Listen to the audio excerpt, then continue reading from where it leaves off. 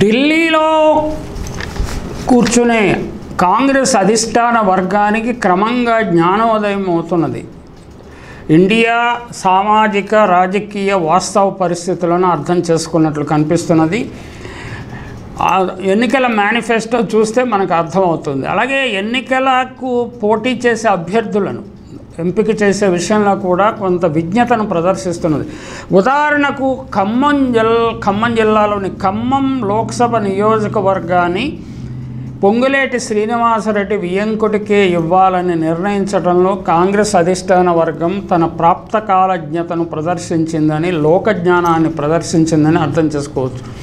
నిజానికి తెలంగాణలో కాంగ్రెస్ పార్టీ ఊపు పొంగులేటి శ్రీనివాసరెడ్డి గారు వచ్చాకే అది ఊపందుకుంది. ప్లస్ ఆయన ఖమ్మం జిల్లాని మొత్తంలో ఒక్క సీటు కూడా లేకుండా బీఆర్ఎస్ని తుడిచేస్తానని హామీ ఇచ్చి మరీ తన హామీని నిలబెట్టుకున్నారు.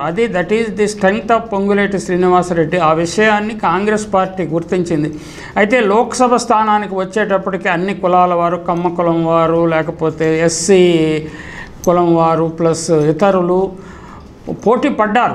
పోటీ పట్టడంలో తప్పేం లేదు, ఖచ్చితంగా ఆస్పిరేషన్స్ ఉండటం. కానీ పార్టీ విజయాన్ని కాంట్రిబ్యూట్ చేసిన వాళ్ళు ఎవరు, ప్రధాన సామాజిక శక్తులు ఏవి, ప్రధాన వ్యక్తులు ఎవరు, ప్రధానంగా ఆర్థికంగా పార్టీని బలోపేతం చేసిన వారు ఎవరు, అలాగే జనబలాన్ని ధనబలాన్ని సమకూర్చిన వారెవరు, ఇవన్నీ గుర్తించి నిర్ణయించటము సమంజసంగా ఉంటుంది. ఏంటంటే కాంగ్రెస్ పార్టీ ఎప్పుడు ఇందిరాగాంధీ కాలం నుంచి అది అభద్రతా భావంతో కొట్టుమిట్టాడుతున్నది. స్ట్రాంగ్ లోకల్ లీడర్స్ బలపడితే పార్టీ అధిష్టాన వర్గానికి విలువ లేకుండా పోతుందని దళారీల మాటలు విని, దగాకోరుల మాటలు విని సామాజిక న్యాయం అనే ఒక ముసుగు వేసుకొని బలమైన నాయకులను దెబ్బకొడుతూ వచ్చింది. ఎప్పుడు ఏ స్థానిక నాయకుడు బలపడకుండా చూసింది. కానీ ఇప్పుడు ఆ ఫిలాసఫీ మారినట్టుంది. ఇందిరాగాంధీ అనుసరించిన ఆ ఫిలాసఫీ వలనే కాంగ్రెస్ పార్టీ గ్రాస్ రూట్స్లో బలం లేకుండా పోయింది. తర్వాత సోనియా గాంధీ కొంత మార్పు చెందిన మళ్ళీ అధికారంలో స్థిరపడిన తర్వాత ఆమె వైఖరిలో మార్పు వచ్చి ఆమె కూడా తప్పుడు నిర్ణయాలు చాలా చేసింది. ఆ తప్పుడు నిర్ణయాల ఫలితాలనే 130 సంవత్సరాల చరిత్ర ఉన్న కాంగ్రెస్ కాలగతిలో కలిసిపోయే పరిస్థితి ఏర్పడింది. అయితే అదృష్టవశాత్తు కాంగ్రెస్ పార్టీకి ఇంకా క్షేత్రస్థాయిలో బలం ఉండటం వల్ల మళ్ళీ తిరిగి పుంజుకునే సూచనలు కనిపిస్తున్నాయి.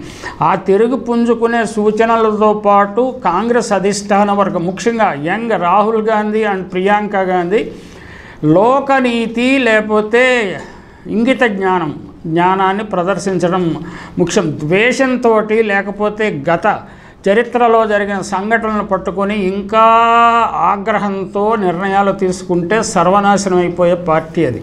సర్వనాశనం. ఇప్పుడు ఆంధ్రప్రదేశ్లో అదే జరుగుతుంది. కనీసం తెలంగాణలో వచ్చిన అధికారాన్ని కాపాడుకోవడమైనా పాత ఆలోచన గ్రామర్ను పూర్తిగా మార్చేసి కొత్తగా ఆలోచించాల్సిన అవసరం ఉన్నది.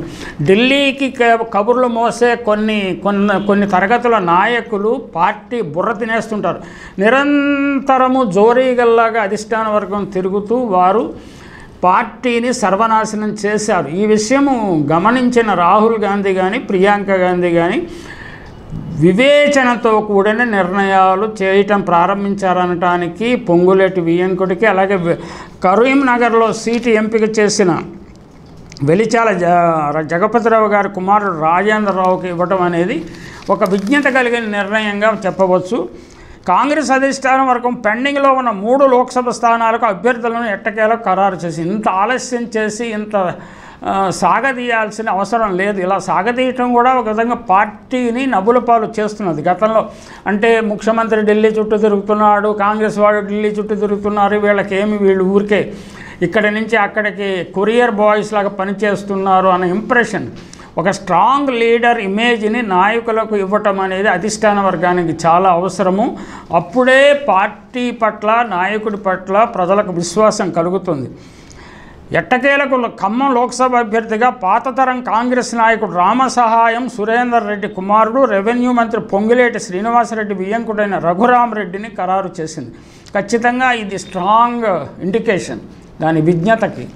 అంటే పొంగులేటి శ్రీనివాసరెడ్డి వాళ్ళ బ్రదర్ సోదరుడు ప్రసాద్ రెడ్డికి అలాగే భట్టి విక్రమార్క తన భార్య నందినికి, మళ్ళీ అలాగే తుమ్మల నాగేశ్వరరావు గారు ఒక అభ్యర్థిని, ఇంకా రకరకాల మండవ అని అలాగని ఇలా అని రకరకాల వార్తలు వచ్చాయి. కానీ విధేయులైన కాంగ్రెస్ నాయకులకు గతంలో వివిధ కారణాల వల్ల దూరమైన వారిని తిరిగి తెచ్చుకోవడం అనేది ఒక విజ్ఞత కలిగిన నిర్ణయంగా చెప్పవచ్చు.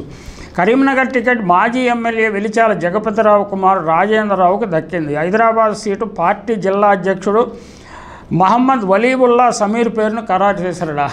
హైదరాబాద్లో అది పెద్దగా చెప్పుకోదగిన అంశం కాదు. అక్కడ విజయావకాశాలు ఎవరో మన అందరికీ తెలుసు. ఖమ్మం లోక్సభ అభ్యర్థి ఎంపికపై ముఖ్య నాయకుల మధ్య నెలకొన్న వివాదం నేపథ్యంలో ఈ 3 స్థానాల అభ్యర్థుల ప్రకటనలో తీవ్ర జాప్యం జరిగింది. ఇలా జాప్యం చేయటము సరైనది కాదు. డెసిసివ్గా పార్టీ వ్యవహరించాల్సిన అవసరం ఉన్నది. నామినేషన్ల దాఖలు గురువారం మధ్యాహ్నం 3 గంటల వరకు సమయం ఉండగా బుధవారం రాత్రి వారి పేర్లను అధిష్టాన వర్గం ఖరారు చేసింది. ఖమ్మం లోక్సభ అభ్యర్థి విషయమే గత కొన్ని రోజులుగా చర్చల మీద చర్చలు జరిగాయి. చివరికి పార్టీ అధ్యక్షుడు మల్లికార్జున ఖర్గే సోమవారం ఉప ముఖ్యమంత్రి భట్టి విక్రమార్క, రెవెన్యూ శాఖ మంత్రి పొంగిలేటి శ్రీనివాసరెడ్డి, రాష్ట్ర కాంగ్రెస్ వ్యవహారాల ఇన్ఛార్జ్ దీపాదాస్ మున్సిలను బెంగళూరు పిలిపించి మాట్లాడారు. మొదట భట్టి పొంగులేటితో వేరువేరుగా, తర్వాత ఇద్దరితో కలిసి చర్చించారు.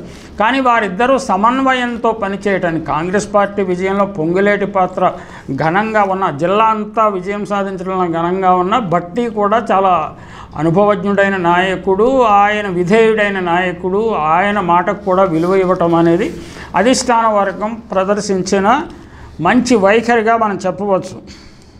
సోమవారం రాత్రికి అభ్యర్థుల జాబితా వెలువడొచ్చని భావించినా తేల్చుకోలేక మళ్లీ పెండింగ్లో పెట్టారు. అధికారికంగా ప్రకటించకముందే కరీంనగర్ నుంచి వెలిచాల రాజేంద్రరావు నామినేషన్ దాఖలు చేయగా మంత్రి పొన్నం ప్రభాకర్, ఇతర ఎమ్మెల్యేలు హాజరయ్యారు. మంగళవారం రఘురామరెడ్డి తన తరఫున స్థానిక నాయకులతో నామినేషన్ వేయించారు. ఇప్పుడు అధికారికంగా ప్రకటించినందున గురువారం ఆయన స్వయంగా నామినేషన్ వేస్తారు.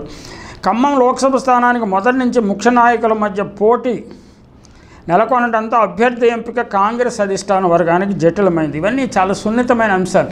పార్టీ విజయానికి ఎవరు కాంట్రిబ్యూట్ చేశారు, నిజానికి పార్టీ రాష్ట్రమంతా విజయానికి ఎవరు కాంట్రిబ్యూట్ చేశారు, ఖమ్మం జిల్లాలో ఎవరు కాంట్రిబ్యూట్ చేశారు, ఆయా నియోజకవర్గాల్లో ఎవరు కాంట్రిబ్యూట్ చేశారు అన్నది ఒక లెక్క పత్రం అధిష్టాన వర్గానికి ఉండాల్సిన అవసరం ఉన్నది. అసెంబ్లీ ఎన్నికల్లో ఈ లోక్సభ స్థానం పరిధిలో 7 సెగ్మెంట్లను కాంగ్రెస్ గెలుచుకున్న లోక్సభ అభ్యర్థి ఎంపికలో తీవ్ర జాప్యం తప్పలేదు. భట్టి విక్రమార్క తన భార్య నందిని ఇవి అనుకున్నాము, ప్రసాదరెడ్డి, మరో మంత్రి తుమ్మల నాగేశ్వరరావు కుమారుడు యుగంధర్ టికెట్ ఇవ్వాలని కోరారు. దీనిపై స్క్రీనింగ్ కమిటీ, కేంద్ర ఎన్నికల కమిటీలు పలు దఫాలు చర్చలు జరిపాయి. మొత్తం మీద చివరికి ఒక చక్కని నిర్ణయం తీసుకున్నారు. మంత్రులు, కుటుంబ సభ్యులకు ఇవ్వడానికి అధిష్టాన వర్గం అంతగా సుముఖత చూపలేదు. కానీ తాను కాంగ్రెస్లో చేరినప్పుడు ఎంపీ టికెట్ గురించి హామీ ఇచ్చారని పొంగిలేటి పట్టుబట్టడంతో ఆయన సోదరుడికి బదులు రఘురామరెడ్డి పేరు తెరపైకి వచ్చింది. ఆయన సోదరుడికి ఇప్పించాలని ఫస్ట్ ప్రయారిటీ, అంటే ఆయన్ని కూడా కొంచెం స్నప్ చేసినట్టు ఆయన వియ్యంకుడికి ఇవ్వటం ద్వారా ఆయన ప్రత్యర్థులను కూడా కొద్దిగా బుజ్జగించినట్టు మనం భావించవచ్చు. అదే సమయంలో మాజీ మంత్రి మండవ వెంకటేశ్వరరావు పేరు తెరపైకి రావడం దాదాపు ఖరారైందనే ప్రచారం పచ్చ మీడియాలో ఎక్కువగా చేసింది. భట్టి విక్రమార్క మరో అభ్యర్థి పేరును కూడా సూచించారు. వీటన్నిటిపై దీపాదాస్ మున్సి, పార్టీ ప్రధాన కార్యదర్శి కేసీ వేణుగోపాల్ తదితరులు కూడా పంచాయతీ జరిగింది. చివరకు రఘురామరెడ్డి పేరును ప్రకటించారు. రాజకీయాల దిగ్గజం రామసహాయం సురేందర్ రెడ్డి కుమారుడు రఘురామరెడ్డి, వీరి స్వస్థలం ఖమ్మం జిల్లా పాలేరు నియోజకవర్గంలోని కూసిమంచి మండలం చేగొమ్మ గ్రామం. సురేందర్ రెడ్డి గతంలో మహబూబాబాద్, వరంగల్ లోక్సభ స్థానాల నుంచి ఎంపీగా, ఉమ్మడి వరంగల్ జిల్లాలో డోర్నకల్ నుంచి ఎమ్మెల్యేగా పనిచేశారు. రఘురామరెడ్డి 1985 నుంచి కాంగ్రెస్ పార్టీలో క్రియాశీలకంగా వ్యవహరిస్తున్నారు. డోర్నకల్ నియోజకవర్గ ఇన్ఛార్జిగా, వరంగల్ లోక్సభ స్థానం ఇన్ఛార్జిగా పనిచేశారు. ప్రస్తుతం Hyderabad public school board of గవర్నెన్స్లో వైస్ చైర్మన్గా, హైదరాబాద్ రేస్ క్లబ్ బోర్డు సభ్యుడిగా వ్యవహరిస్తున్నారు. రఘురామరెడ్డి, పొంగులేటి శ్రీనివాసరెడ్డి వియ్యంకులు. రఘురామరెడ్డికి చిన్న కుమారుడు అర్జున్ రెడ్డికి పొంగులేటి శ్రీనివాసరెడ్డి కుమార్తె స్వప్నిరెడ్డితో వివాహమైంది.